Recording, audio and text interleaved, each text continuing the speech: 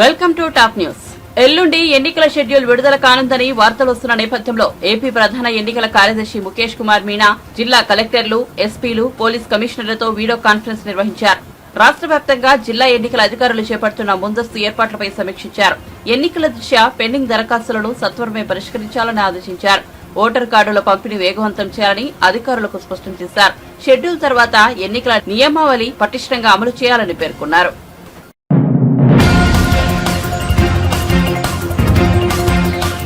తిరుపతికి చెందిన ప్రముఖ పారిశ్రామికవేత్త గంటా నరహరి జనసేన పార్టీలో చేరారు. మంగళగిరిలోని జనసేన పార్టీ కేంద్ర కార్యాలయంలో జరిగిన ఓ కార్యక్రమంలో గంటా నరహరి తన మద్దతుదారులతో కలిసి జనసేన తీర్థం పుచ్చుకున్నారు. జనసేన అధినేత పవన్ కళ్యాణ్ ఆయనకు పార్టీ కండువా కప్పి సాదరంగా ఆహ్వానించారు. గంటా నరహరి గతంలో టీడీపీలో కొనసాగారు. 2022లో చంద్రబాబు సమక్షంలో టీడీపీ కండువా కప్పుకున్నారు. దివంగత మాజీ ఎంపీ డీకే ఆదికేశవులు నాయుడుకు గంటా నరహరికి బంధుత్వం ఉంది. బెంగళూరు కేంద్రంగా వ్యాపార కార్యకలాపాలను నిర్వహిస్తున్న గంటా నరహరి 2017-18లో రాష్ట్రపతి చేతుల మీదుగా ఉత్తమ యువ పారిశ్రామికవేత్త పురస్కారం అందుకున్నారు. అయితే ఈ ఎన్నికల్లో నరహరి తిరుపతి టికెట్ ఆశిస్తున్నట్లు ప్రచారంలో ఉంది.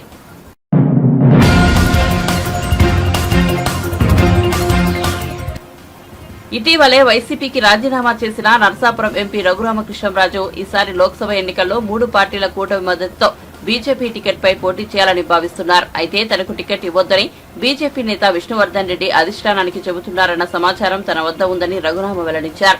ఈ వ్యవహారం వెనుక ఉన్నది ఎవరో తనకు తెలుసునని అన్నారు. విష్ణువర్ధన్ రెడ్డి వెనుక ఉన్నది జగన్ మాయ అని వ్యాఖ్యానించారు. పొత్తును విచ్ఛిన్నం చేసేందుకు జగన్ విష్ణు అస్త్రాన్ని వాడారని వెల్లడించారు. నాకు టికెట్ లభించకుండా చేసేందుకు విష్ణువర్ధన్ ను ప్రయోగించింది జగన్ అని ఆరోపించారు. రఘురామకృష్ణరావు గారి పార్టీ సీనియర్ నాయకుడు, నాకు మంచి మిత్రుడే. గతంలో కలిసి తిరిగాను కూడా. ఆయనకి పార్టీలో సభ్యత్వం లేదు. నేను ఆ పార్టీలో సభ్యుని అయితే ఈ పార్టీ ఎంపీ ఇప్పుడు దాకా ఎలా ఉంటారు ఆయన అని మనసులో అనుకున్నాను. ఎందుకంటే ఆయన చాలా సీనియర్, మనం మాట్లాడకూడదు. వాళ్ళు చెప్పారు రఘురామకృష్ణరావు గారిని పార్టీలోకి వస్తారంటే మేము ఒప్పుకోమన్నారు. ఓహో, అలా కూడా మాట్లాడేస్తున్నారు అన్నమాట అనుకున్నా. కాకపోతే ఆయన మృదుభాషి, మితభాషి, సత్యనారాయణ గారు లాయరు, పెద్ద మనిషి. సో ఇప్పుడు విష్ణు అంటే గతంలో పులిపూడి శ్రీనివాసరావు గారు, వాళ్ళిద్దరూ కూడా చక్కటి సంభాషణలు మాటల ద్వారానే కాకుండా చేతల ద్వారా కూడా చేసుకున్నారు. మరి ఆయన ఎక్కడో కదిరి నరసాపురం సంగతి మరి ఆయనకి ఎందుకో. కాకపోతే ఆ కదిరిన సమాచారం మేరకు కడప నుంచి కొద్దిమందిని వైసీపీ వాళ్ళు భాజపా కార్యకర్తల రూపంలో వచ్చినట్టుగా అన్నారు. సరే, భాజపా ఫ్రమ్ కదిరి అనుకుందాం, ఆర్ ఫ్రమ్ రాయలసీమ అనుకుందాం. వారు మరి ఇలాగా ప్రయత్నం చేస్తున్నట్టుగా, అంటే ప్రతి దాంట్లోనూ మనం మంచిగా చూడాలి అనే స్వభావం నాది. అంచేత వీళ్ళు ఎంతగా గొడవ చేస్తున్నారంటే బహుశా వీరికి నా పేరు కన్ఫర్మ్ అయిపోతుందేమో అనే ఒక రకమైన భయం వచ్చుండొచ్చు. బట్ ఎవరో గుంటూరు వాళ్ళు లేఖ రాశారన్నాడు కదా, అందులో అనాలిసిస్ విను. ఆ అనాలిసిస్ రాంగ్ అనుకుంటే ఎందుకు రాంగో చెప్పు, రైట్ అనుకుంటే నీ అభిప్రాయం చెప్పు. ఏంటంటే జగన్మోహన్ రెడ్డి గారు ఓకే, సపోజ్ విష్ణువర్ధన్ రెడ్డి గారు ఒక క్యాండిడేట్కి రికమెండ్ చేశారు. ఆ ఎక్స్ క్యాండిడేట్కి భారతీయ జనతా పార్టీ నాకు సీటుని తిరస్కరించి ఆ ఎక్స్ క్యాండిడేట్కి ఇచ్చారు అని అనుకున్నాం. అప్పుడు నెక్స్ట్ డే జీవీఎల్ గారికే సీటు లేదని ఇంతలాగా ఫ్రంట్ పేజ్ న్యూస్ రాసినప్పుడు మరి జగన్మోహన్ రెడ్డికి వ్యతిరేకంగా మరి పోరాడి మరి 4 ఏళ్లుగా ప్రజా సమస్యల్ని ఏకరవ పెడుతూ దానికి రాజద్రోహిగా చిత్రీకరించబడి ప్రభుత్వంతో చావు దెబ్బలు తిని ఏదో వెంకటేశ్వరంతో అయితే ఇంకో పెద్ద అయితే నేను బయటపడి ఇవాళ ప్రాణాలతో ఉంటే ఇటువంటి ఇది ప్రజలకు తెలుసు. ఇటువంటి వ్యక్తికి సీటు భారతీయ జనతా పార్టీ ఇవ్వలేదు అంటే ప్రజలు ఏమని అర్థం చేసుకుంటారు? ఓహో, జగన్మోహన్ రెడ్డి భారతీయ జనతా పార్టీ కలిసి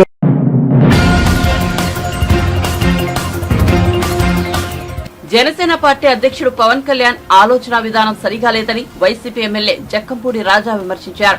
ఎవరైనా పార్టీ పెట్టినప్పుడు తన పార్టీ అధికారంలోకి రావాలని ఆశిస్తారని, తాను ముఖ్యమంత్రి అవ్వాలని కోరుకుంటారని అన్నారు. కానీ పవన్ అందుకు భిన్నంగా చంద్రబాబును ముఖ్యమంత్రిని చేయాలని ప్రయత్నిస్తున్నాడని, టీడీపీని అధికారంలోకి తీసుకొచ్చేందుకు పనిచేస్తున్నాడని అన్నారు. అంతా కూడా మనం వెనక్కి తిరిగి చూస్తే ఎంతసేపు మేనేజ్మెంట్ పాలిటిక్స్ అనేటువంటిదే చేస్తూ వచ్చాడు తప్పితే ఏ రోజు ప్రజల్ని నమ్ముకుని రాజకీయం చేసినటువంటి పరిస్థితి లేదు. ప్రజల్ని వెన్నుపోటు పొడిసైనా ఏదో రకంగా అధికారమే పరమావధిగా ముఖ్యమంత్రి పీఠం చేజెక్కించుకోవాలనేటువంటి ఒక దురాలోచనతోనే ఏ రోజు ఆయన అడుగులన్నీ కూడా పడిని మనం చూస్తే ఓ రోజు బీజేపీని తిడతారు, రెండో రోజు మళ్ళీ ఆ పార్టీతో కలుస్తాడు. ఓ రాష్ట్రంలో కాంగ్రెస్ పార్టీని తిడతా ఉంటాడు, మరో పక్కన కాంగ్రెస్ పార్టీతో వెనకాల చేతులు కలిపే ప్రయత్నం చేస్తూ ఉంటాడు. మరో పక్కన ఆయన కోసం ఆయన ఏ రకంగా నటించమంటే ఆ రకంగా నటించేటటువంటి జనసేన పార్టీ ఆయన కోసం ఉంది. ఆయన మీద వ్యతిరేకంగా పోటీ చేయండి, ప్రభుత్వ వ్యతిరేక ఓటుని చేల్చండి అన్నప్పుడు ఆ రకమైనటువంటి పాత్ర తీసుకుంటారు వాళ్ళు. లేదు మనకి మళ్ళీ కలిసి రావాలి, ప్రభుత్వ వ్యతిరేక ఓటు అనేటువంటిది చేల్చడం కోసం ఒక రకమైనటువంటి ఆలోచన అయితే మరోసారి మళ్ళీ అందరం కలిసి ప్రయాణం చేయాలనేటువంటి ఒక ప్రయత్నం. స్థాయికి ఈవేళ తెలుగుదేశం, బీజేపీ, జనసేన కూడా వెళ్ళిపోతుంది అనేటువంటి స్పష్టంగా అర్థమవుతూ ఉంది. అయితే ఈ 3 పార్టీలు కాదు, మరో 30 పార్టీలు కలిసినా కూడా ఖచ్చితంగా మరోసారి ఆంధ్ర రాష్ట్రంలో 2024 సార్వత్రిక ఎన్నికల్లో వైఎస్ఆర్ కాంగ్రెస్ పార్టీ జెండా మాత్రమే ఎగరబోతా ఉంది. ముఖ్యమంత్రిగా జగన్మోహన్ రెడ్డి గారు మాత్రమే ఆ పీఠంలో కూర్చోబోతా ఉన్నారు. ప్రజలకు చేసినటువంటి మంచి, ఈవేళ రాష్ట్రంలో జరుగుతూ ఉన్నటువంటి అభివృద్ధి కార్యక్రమాలు ఇవన్నీ కూడా జగన్మోహన్ రెడ్డి గారు నమ్ముకున్నారు, ప్రజల్ని నమ్ముకున్నారు, చంద్రబాబు పొత్తుల్ని నమ్ముకున్నాడు. సో ప్రజలు ఖచ్చితంగా ప్రజల్ని నమ్ముకున్నటువంటి వాళ్ళకి అవకాశం ఇస్తారు తప్పితే ఈ పొత్తులతో ప్రజలకి వెన్నుపోటు పొడిచేటటువంటి వాళ్ళు మాత్రం నమ్మరు, విశ్వసించరు అనేటువంటి మాట.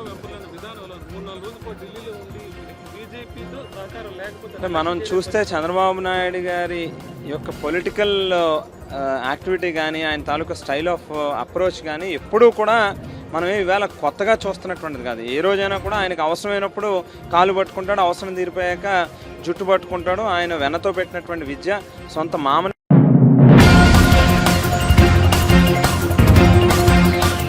గ్రూప్ 1 మెయిన్స్ పరీక్షపై హైకోర్టు తీర్పు ప్రభుత్వానికి చెంపపెట్టు అని టీడీపీ ఎమ్మెల్సీ వేపాడ చిరంజీవి అన్నారు. సంప్రదాయకంగా అనుసరిస్తున్న మాన్యువల్ మూల్యాంకనాన్ని కాదని డిజిటల్ మూల్యాంకనం చేశారన్నారు. మొదటిసారి మూల్యాంకనం చేసిన ఫలితాలను తొక్కిపెట్టి రెండోసారి మూల్యాంకనం చేసి తమకు కావలసిన వారిని ఎంపిక చేశారని ఆరోపించారు. అనేక ఇబ్బందులు పడుతున్నారు, వ్యవస్థలన్నీ నాశనం అయిపోయాయి. ఇక నిరుద్యోగుల పరిస్థితి అయితే చెప్పాల్సిన అవసరం లేదు.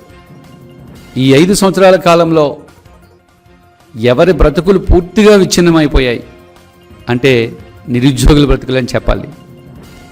ఎందుకంటే ప్రతిపక్ష నాయకుడిగా ఉన్నప్పుడు ప్రస్తుత ముఖ్యమంత్రి జగన్మోహన్ రెడ్డి గారు మేము అధికారంలోకి వస్తే వెంటనే ప్రతి సంవత్సరం కూడా జాబ్ క్యాలెండర్ ఇస్తామని, ఉద్యోగాలు భర్తీ చేస్తామని, మెగా డిఎస్సి ఇస్తామని, ప్రతి సంవత్సరం కానిస్టేబుల్ పోస్టులు భర్తీ చేస్తామని ఎన్నో హామీలు ఇచ్చారు. నిరుద్యోగులు అవన్నీ నిజమని నమ్మి ముఖ్యమంత్రి గారికి ఆ పీఠం, ఆ ముఖ్యమంత్రి సీట్ని ఇచ్చారు. ఒక్క ఛాన్స్ అని అధికారానికి వచ్చిన ఈ ముఖ్యమంత్రి ముఖ్యంగా నిరుద్యోగులకి నో ఛాన్స్, అసలు ఉద్యోగాలే లేకుండా చేసేశారు. ముఖ్యంగా ఏపీపీఎస్ గురించి ఇప్పుడు మాట్లాడుకోవాలి. ఈరోజు తెలుసు, హైకోర్టు ఒక జడ్జిమెంట్ ఇచ్చింది. 2018లో విడుదల చేసిన గ్రూప్ 1 ఫలితాలపై జడ్జిమెంట్ ఇస్తూ 2 సార్లు 3 సార్లు వాల్యుయేషన్ చేశారు కాబట్టి ఇల్లీగల్గా జరిగింది, కాబట్టి దాన్ని రద్దు చేస్తూ కొత్తగా మెయిన్స్ పరీక్ష పెట్టాలని చెప్పి ఈరోజు జడ్జిమెంట్ ఇచ్చింది. ఒకసారి దాని పూర్వపరాలను పరిశీలిస్తే 2018 డిసెంబర్ 31వ తేదీన శ్రీ నారా చంద్రబాబు నాయుడు గారు ముఖ్యమంత్రిగా ఉన్నప్పుడు గ్రూప్ 1 నోటిఫికేషన్ని ప్రభుత్వం విడుదల చేసింది. ఇందులో 162 ఉద్యోగాలకు సంబంధించిన నోటిఫికేషన్ ఇది. చాలా ముఖ్యమైన కీలకమైన ఉద్యోగాలు ఉన్నాయి ఇందులో ఒక 30 డిప్యూటీ కలెక్టర్లు ఉన్నాయి, ఒక 28 డిఎస్పి పోస్టులు కూడా ఉన్నాయి. అంత ముఖ్యమైన ఉద్యోగాలకు సంబంధించిన నోటిఫికేషన్ ఇది. 2019లో మే నెలలో దీని ప్రిలిమ్స్ ఎగ్జామ్ జరిగింది. 2020 డిసెంబర్లో మెయిన్స్ ఎగ్జామ్ జరిగింది. అయితే ఈ మెయిన్స్ ఎగ్జామ్ని డిజిటల్గా వాల్యుయేషన్ చేయడం జరిగింది. అయితే నోటిఫికేషన్లో ఎక్కడా కూడా మెయిన్స్ ఎగ్జామ్ని డిజిటల్గా వాల్యూ చేస్తాము అని చెప్పకపోవడం వల్ల కొంతమంది అభ్యర్థులు కోర్టుకు వెళ్ళారు. కోర్టుకు వెళ్ళడంతో కోర్టు సింగిల్ బెంచ్, ముఖ్యంగా ఆ రోజు డివివి గౌరవ జడ్జి గారు సోమయాజులు గారు దీనిపై 2021 జూన్లో ఒక స్టే ఇచ్చారు. ఏంటంటే నోటిఫికేషన్లో డిజిటల్ ఎవాల్యుయేషన్ ఎక్కడా పదం వాడకుండా డిజిటల్గా ఎవాల్యుయేషన్ చేశారు కాబట్టి దీన్ని ఆపండి, ఇంటర్వ్యూలు నిర్వహించవద్దు అని స్టే ఇచ్చారు. మరలా 2021 అక్టోబర్ 1వ తేదీన గౌరవ సోమయాజులు గారు డివివి సోమయాజులు గారు ఫైనల్ జడ్జిమెంట్లో ఈ డిజిటల్ ఎవాల్యుయేషన్ చెల్లదని చెప్తూ 3 నెలల్లో మాన్యువల్ ఎవాల్యుయేషన్ చెయ్యాలి అని చెప్పి అక్టోబర్లో తీర్పిచ్చారు. అంటే 2021 అక్టోబర్లో జడ్జిమెంట్ వచ్చింది కాబట్టి ఇంచుమించుగా 2021 డిసెంబర్ 3 నెలలు టైం తీసుకుని 3 నెలల్లో మాన్యువల్ ఎవాల్యుయేషన్ పూర్తి చేయాల్సిన అవసరం ఉంది. అప్పుడు ఏపీపీఎస్సీ వారు ఎలాంటి అప్పీల్కి కూడా వెళ్ళలేదు. అభ్యర్థులు కూడా ఏం చెప్పారంటే మీరెవ్వరు కూడా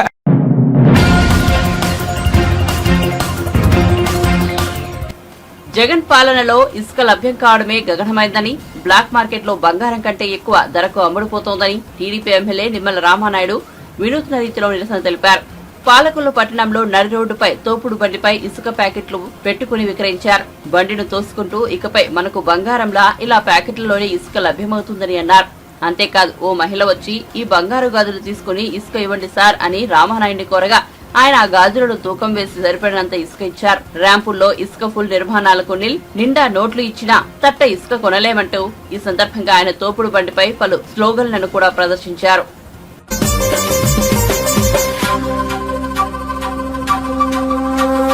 ప్రజల కొరకు దీక్ష భవన నిర్మాణ కార్మికుల కాపాడగ దీక్ష పద పద పద పరుగెడు బంగారం కావాలంటే మహిళలు ఎప్పుడన్నా కొనుక్కుంటా, పనులు లేక మేము రోడ్లు పడిపోయా, మాకు ఇసుకించండి లేదండి బంగారం.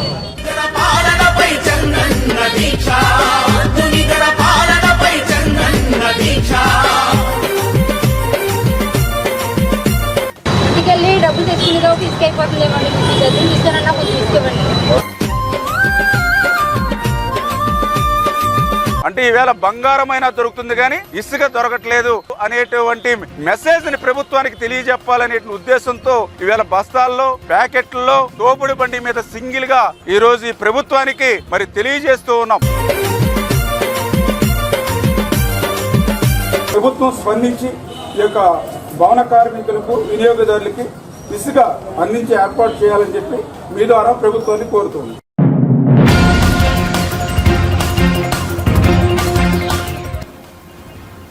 యువత చదువుకోవడానికి బ్యాంకు రుణాలు ఇప్పిస్తానని చంద్రబాబు అంటున్నారని, అంటే అమ్మఒడి, విద్యాదీవెన వంటి పథకాలన్నీ రద్దు చేస్తారా అని వైఎస్ఆర్సీపీ ఎంపీ మార్గాని భరత్ అన్నారు. మరి ఎస్సీ, ఎస్టీ, బీసీ, మైనార్టీల పిల్లలు ఎలా చదువుకోవాలి? పిల్లల చదువులతో ప్రభుత్వానికి పని లేదా అని మండిపడ్డారు. ఒక మాట ఇస్తే మాట మీద నిలబడే వ్యక్తి జగన్మోహన్ రెడ్డి గారు. ఎంత కష్టమైనా కానీ చక్కని చిరునవ్వుతో ఆయన అన్ని తానే పోషిస్తూ ఇవాళ ఆంధ్రప్రదేశ్ రాష్ట్రంలో ముందుకు వెళ్తా ఉన్నారు. ఇవాళ చంద్రబాబు నాయుడు గారిని నమ్మే పరిస్థితులు ఇవాళ ఆంధ్రప్రదేశ్ రాష్ట్రంలో లేదు. నేను ఒకే ఒక ఉదాహరణ చెప్తానండి. 2014 ఎలక్షన్స్లో ఇదే చంద్రబాబు నాయుడు గారు మహిళా లోకాన్ని మోసం చేశాడు. డ్వాక్రా రుణమాఫీ ఇస్తాను 14,800 కోట్లు అనుకుంటా సుమారుగా, ఆ డబ్బు ఇస్తానని చెప్పిన వ్యక్తి ఈ చంద్రబాబు నాయుడు కాదా అని అడుగుతా ఉన్నా. మరి డ్వాక్రా రుణమాఫీ చేశాడా? మహిళా లోకాన్ని మోసం చేశాడు. ఇంకొకటి, అన్నం పెట్టే రైతన్నలు రైతన్నలందరికీ కూడా చంద్రబాబు నాయుడు గారు చెప్పిన మాట ఏంటంటే రైతు రుణమాఫీ చేస్తా అన్నాడు. రైతన్నలందరినీ మోసం చేశాడు, వాళ్ళకి ఎవ్వరికి రుణమాఫీ చేయలా. మరి ఇందాక నేను చెప్పినట్టు మూడో మాట, జాబు కావాలంటే బాబు రావాలి. బాబు వచ్చాడు, చంద్రబాబు వచ్చాడు, కానీ రాష్ట్రంలో ఏ ఒక్క పిల్లలకి జాబులు రాలా. మరి యువతను కూడా మోసం చేశాడు. అంటే రాష్ట్రంలో ఉన్న వర్గాలందరినీ మోసం చేశాడు, మహిళా శక్తిని మోసం చేశాడు, రైతులను మోసం చేశాడు, యువతను మోసం చేశాడు. ఇన్ని మోసాలు చేసి 14 సంవత్సరాలు ముఖ్యమంత్రి కింద ఉండి నేను పలానా ఇది చేశాను నాకు ఓట్లు వేయండి అని అడగట్లా. నేను రాబోయే 5 సంవత్సరాలు ఇది చేస్తాను అని చెప్పి ఆయన ఓట్లు అడిగే కార్యక్రమం చేస్తూ ఉన్నాడు. ఇవాళ జగనన్న గర్వంగా చెప్తా ఉన్నాం, మేము ఇచ్చిన ప్రతి హామీ కూడా నిలబెట్టుకున్నాం. అమ్మఒడి అనే హామీ మేము నిలబెట్టుకున్నాం, డ్వాక్రా రుణమాఫీ మేము నిలబెట్టుకున్నాం, వైఎస్ఆర్ రైతు భరోసా నిలబెట్టుకున్నాం, విదేశీ విద్యా దీవెన, వసతి దీవెన, ఇట్లా నేను చెప్పుకుంటూ వెళ్తే ఎన్నో హామీలు మేము ఎలక్షన్లో చెప్పని కూడా ఇవాళ మేము నిలబెట్టుకుంటా ఉన్నాం. అంటే ఇక్కడ మనకు క్లియర్గా అర్థమయ్యేది, ఇద్దరు వ్యక్తులు కనబడుతున్నారండి. ఒకటి చంద్రబాబు నాయుడు గారు, ఇంకొకటి జగన్మోహన్ రెడ్డి గారు. చంద్రబాబు నాయుడు గారు ఏదన్నా ఒక అంశం చెప్తే అది అబద్ధం, జగనన్న ఏదైనా ఒక మాట చెప్తే అది నిజం. ఇవాళ జరిగేది అబద్ధానికి నిజానికి జరిగే పోరాటం. ఈ పోరాటంలో ప్రజలు నిజాని పక్షాలను నించోవాలి అని చెప్పి ఈ సందర్భంగా మరి కోరి ప్రార్థిస్తూ, ఇవాళ చంద్రబాబు నాయుడు గారు పెట్టే బూటకపు మాటలు, కళ్ళలకి రెక్కలు, ఏదో భూమిని స్వర్గం చేసేస్తాను, ఇలాంటి మాటలు ఎవ్వరు కూడా నమ్మే పరిస్థితుల్లో లేరు అని కూడా ఈ సందర్భంగా తెలియపరుస్తున్నాం.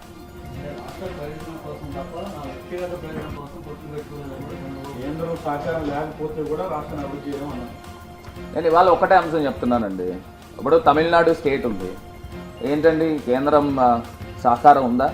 పార్లమెంటు వేదికగా మొత్తం అన్నీ కూడా రాబట్టుకుంటున్నారు కదా. ఇదే చంద్రబాబు నాయుడు గారు మరి 2014లో మరి 3 పార్టీలు కలిసి పొత్తులోకి పోయారు కదా. మరి ఆంధ్రప్రదేశ్కి తీరని అన్యాయం చేశారా లేదా? ఇవాళ మేము వైఎస్ఆర్ కాంగ్రెస్ పార్టీ కేంద్రంతో మేమన్నా పొత్తులో ఉన్నామా? లేము కదా. ఇవాళ నేషనల్ హైవేస్ చూసినట్టయితే దేశంలో ఉత్తరప్రదేశ్, మహారాష్ట్ర తర్వాత హైయెస్ట్ నేషనల్ హైవే నెట్వర్కింగ్ తెచ్చింది మరి జగన్మోహన్ రెడ్డి గారి నేతృత్వంలో మా ఎంపీలు తీసుకొచ్చాము. మరి ఇదేం సామాన్యమైన విషయం కాదే. 16 కొత్త మెడికల్ కాలేజీలు తీసుకొచ్చాం. మరి చంద్రబాబు నాయుడు గారి ముఖానికి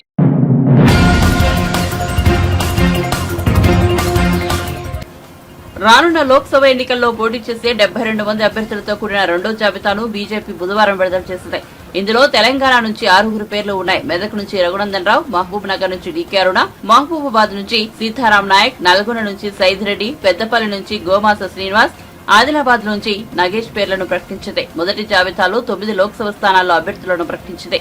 దీంతో 15 లోక్సభ స్థానాలకు అభ్యర్థులను ప్రకటించినట్లయింది.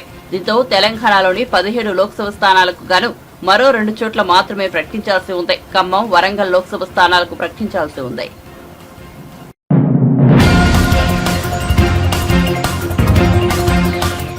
గీతాంజలి ఆత్మహత్య వ్యవహారం ఏపీలో పొలిటికల్ హీట్ పెంచింది. టీడీపీ అనుకూల సోషల్ మీడియా అకౌంట్ల నుంచి దారుణమైన ట్రోలింగ్స్ జరగడంతో అవమానంగా భావించి ఆమె ఆత్మహత్య చేసుకుందనేది ప్రాథమిక సమాచారం. అయితే ఇలాంటి సందర్భాల్లో ఆత్మహత్య సమస్యకు పరిష్కారం కాదని, కుటుంబానికి అన్యాయం జరగకుండా ఉండాలంటే బాధితులు పోలీసులకు సమాచారం ఇవ్వాలని అన్నారు. రాష్ట్ర హోంమంత్రి తానేటి వనిత గీతాంజలి ధైర్యం చేసి పోలీసులను ఆశ్రయించి ఉంటే కాపాడుకుని ఉండే వాళ్లమని చెప్పారామె. టీడీపీ, జనసేన కార్యకర్తలు ఫేక్ అకౌంట్లు ఏర్పాటు చేసుకుని ఇలాంటి చర్యలకు పాల్పడుతున్నారని విమర్శించారు. టీడీపీ, జనసేన సోషల్ మీడియా ఎంతలా దిగజారిపోయిందో ఈ ఘటన చూస్తే అర్థమవుతోందన్నారు. ఓటమి భయంతోనే ఇలాంటి ట్రోలింగ్లు మొదలుపెట్టారని అన్నారు. సోషల్ మీడియాలో వచ్చే ఫేక్ మెసేజ్లు, ట్రోలింగ్ల గురించి మహిళలు ఆందోళన చెందవద్దని, అధైర్యపడవద్దని సూచించారు. పోలీసులకు ఫిర్యాదు చేస్తే వారిపై చర్యలు తీసుకుంటామని భరోసా ఇచ్చారు. తెనాలిలో గీతాంజలి అనే ఒక మహిళ ఏ విధంగా ఆత్మహత్య చేసుకున్నారో కారణాలు ఏంటో ఇప్పటికే మనందరికీ తెలుసు. ఆవిడ ముందు రోజు ఆత్మహత్య చేసుకోవడానికి ముందు రోజు అక్కడ ఎమ్మెల్యే గారు ఏర్పాటు చేసిన ప్రోగ్రాంలో అటెండ్ అయ్యి ఆవిడ రిజిస్టర్ అయిన పట్టాన్ని తీసుకుని మీడియాకు ఎవరికో వీడియో ఒకటి బయటకు వచ్చింది. ఏమని ఆవిడ చాలా సంతోషంగా నాకు జగనన్న వల్ల జగనన్న ప్రభుత్వంలో మంచి జరిగింది, నాకు సొంత ఇల్లు అనేది వచ్చింది, నా బిడ్డలను చదివించుకోవడానికి అమ్మఒడి ఇచ్చారు అని ఆ అమ్మాయి చెప్పింది. ఆ అమ్మాయి చెప్పింది ఏంటి, తనకి జరిగిన మంచిని లబ్ధిని చెప్పిందే తప్ప ఏ ఒక్క రాజకీయ పార్టీని కానీ ఏ ఒక్క రాజకీయ నాయకుడిని కానీ విమర్శ చేయలేదు. ఇప్పుడు ఆ అమ్మాయి చేసిన తప్పేంటి, అందులో ఏదైనా తప్పుగా అనిపించిందా? ఇప్పుడు మనం కూడా ఇక్కడ 4 మంది ప్రజలు ఉన్నారు, ఆ ప్రజలందరూ కూడా వారికి జరిగిన మంచిని చెప్తూ ఉంటారు. ఒకవేళ ఎవరికైనా ఏదైనా వాళ్ళ అవసరాలు తీరకపోతే తీరలేదు అని అడుగుతూ ఉంటారు, ఇది కావాలండి ఇది చేసి పెట్టండి అని. తప్పేం లేదు కదా అందులో. దాన్ని అంతగా ట్రోల్ చేయవలసిన అంత అవసరం ఏమొచ్చింది? ఈ తెలుగుదేశం నాయకులకి జనసేన నాయకులు ఏదో ఒక ఆ అమ్మాయిని ట్రోల్ చేస్తూ ఆ అమ్మాయి మాట్లాడిన దానికి రకరకాలుగా వక్రీకరిస్తూ పెడార్థాలు తీస్తూ ఆ అమ్మాయిని మానసిక క్షోభకి గురి చేసి ఆ అమ్మాయి ఫోన్కే డైరెక్ట్గా కాల్స్ చేసి ఇబ్బంది పెట్టి కొన్ని మెసేజ్లు పెట్టి అలా అంత దారుణంగా చేయవలసిన అవసరం ఏముందో నాకు అర్థం కాలేదు. అంటే ఈ రోజున వాళ్ళు ఏం చేస్తున్నారో కూడా వాళ్ళకి తెలియని పరిస్థితి, ఒక భయంకరమైన ఫ్రస్ట్రేషన్కి లోనైపోతున్నారు.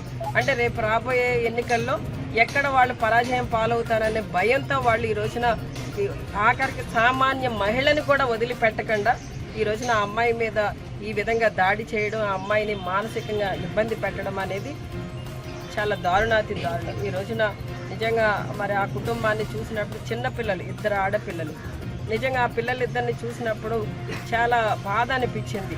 అసలు ఆ బాధని మనం ఎవరో తీర్చినా ఈ రోజున ఆ బిడ్డలిద్దరు కూడా అనాథలు అయిపోయారు, తల్లి లేని అనాథలు అయిపోయారు.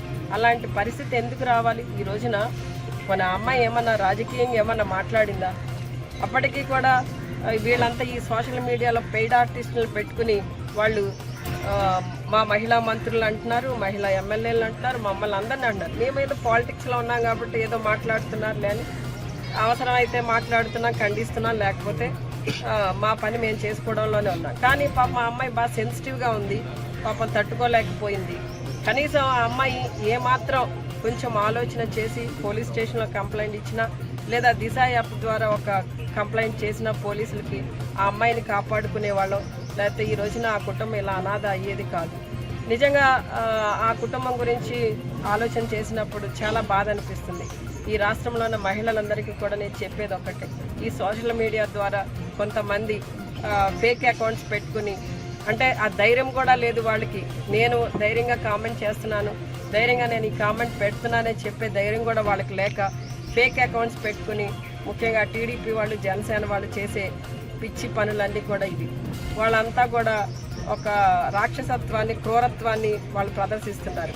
ఈ రోజున మహిళలందరూ కూడా ధైర్యంగా ఉండాలి. ఎవరి మీద ఇలాంటివి జరిగినా కూడా వెంటనే కంప్లైంట్ ఇవ్వండి, లేదా బయటకు వచ్చి కంప్లైంట్ ఇవ్వడానికి మీకు ఏదైనా ఇబ్బంది అయితే దిశ యాప్ ద్వారా కంప్లైంట్ చేయండి. వెంటనే పోలీసుల ద్వారా మీకు ప్రభుత్వం అండగా ఉంటుందని మీ అందరికీ తెలియజేస్తున్నాను. అలానే ఈ రోజున గీతాంజలి కుటుంబానికి ప్రభుత్వం అండగా ఉంది. వారి 2 బిడ్డలు ఆడపిల్లలిద్దరికీ కూడా ప్రభుత్వం నిన్నటి రోజున 20 లక్షల రూపాయలు వారికి డిపాజిట్ చేయడం జరిగింది. నిజంగా మరి ఇలాంటి పరిస్థితులు మళ్ళీ పునరావృతం కాకుండా ఉండాలని, ఆ కుటుంబానికి భగవంతుడు తోడుగా ఉండాలని, గీతాంజలి గారి ఆత్మకి శాంతి కలగాలని కోరుకుంటున్నాను. వారి మీద చర్యలు తీసుకున్నారా మేడం? డెఫినెట్గా అండి, ఎవరిని వదిలిపెట్టేది లేదు. ఒక కేసు ఆల్రెడీ ఫైల్ అయింది, ఇన్వెస్టిగేషన్ నడుస్తుంది.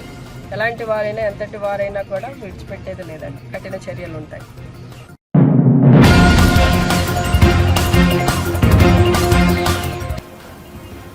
హైదరాబాద్ లోని హుస్సేన్ సాగర్ అలలపై ఏర్పాటు చేసిన లేజర్ ఆధారిత సౌండ్ అండ్ లైట్ షో ఆకట్టుకుంది. ఈ కార్యక్రమాన్ని మంత్రి జూపల్లి కృష్ణారావుతో కలిసి కిషన్ రెడ్డి ప్రారంభించారు. అలలపై లేజర్ షో నిర్వహించడం దేశ చరిత్రలో ఇదే తొలిసారి కావడం విశేషం. తెలంగాణ కథ, సంస్కృతి, దేశ సంస్కృతి సంప్రదాయాలను ప్రతిబింబించేలా ఈ షోను డిజైన్ చేశారు.